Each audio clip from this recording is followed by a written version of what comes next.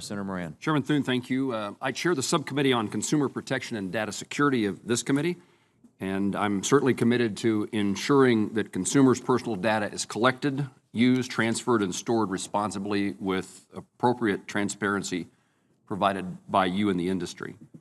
I do have concerns with the risks posed by the EU's general data protection regulations and the California Consumer Privacy Act.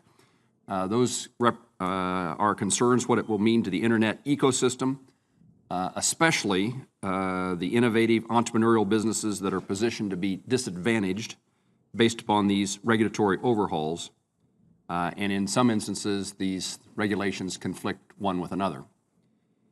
In the interest of protecting Americans from data misuse and establishing certainty for businesses so that we can continue to create jobs and innovate and compete in this global economy, I've been working with Senator Schatz, with Senator Wicker, and with Senator Blumenthal to collect the thoughts of all interested parties, including consumer advocates, industry representatives, academics, academicians, and to identify responsible federal privacy standards. And we most recently have sought for coordination with the Department of Commerce in a recent letter we sent to Secretary Ross last week. I appreciate your willingness to testify today, and I appreciate your perspectives.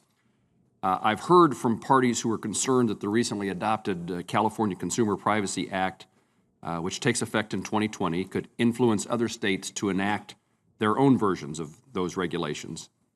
This could lead to a patchwork of state privacy laws that internet companies engaging in interstate commerce would need to navigate in order to remain compliant.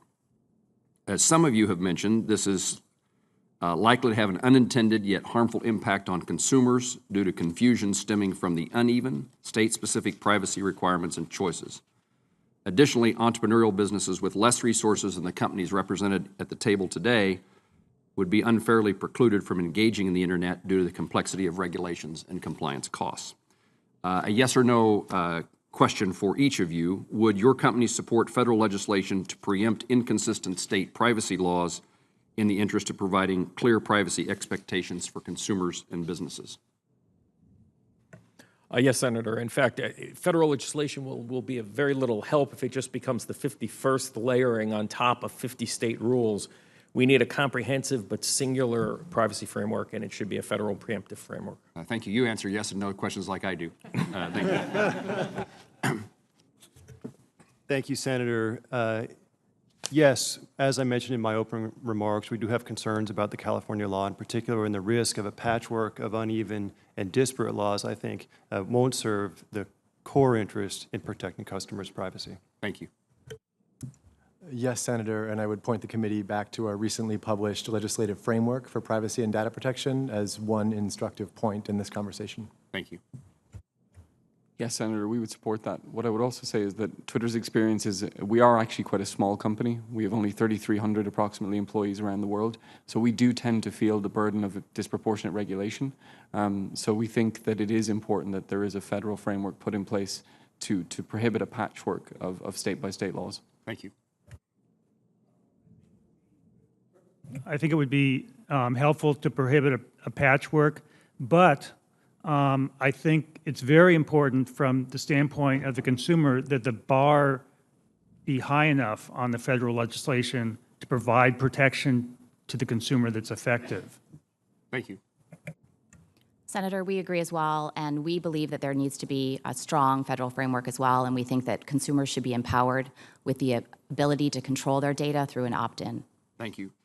I support privacy rules that afford consumers the same protection no matter where they are in the internet ecosystem. Would you agree that regulating and enforcing privacy rules based upon the sensitivity of the data collected, used, transferred, and stored is the preferred approach and in the best interest of consumers in terms of certainty and transparency?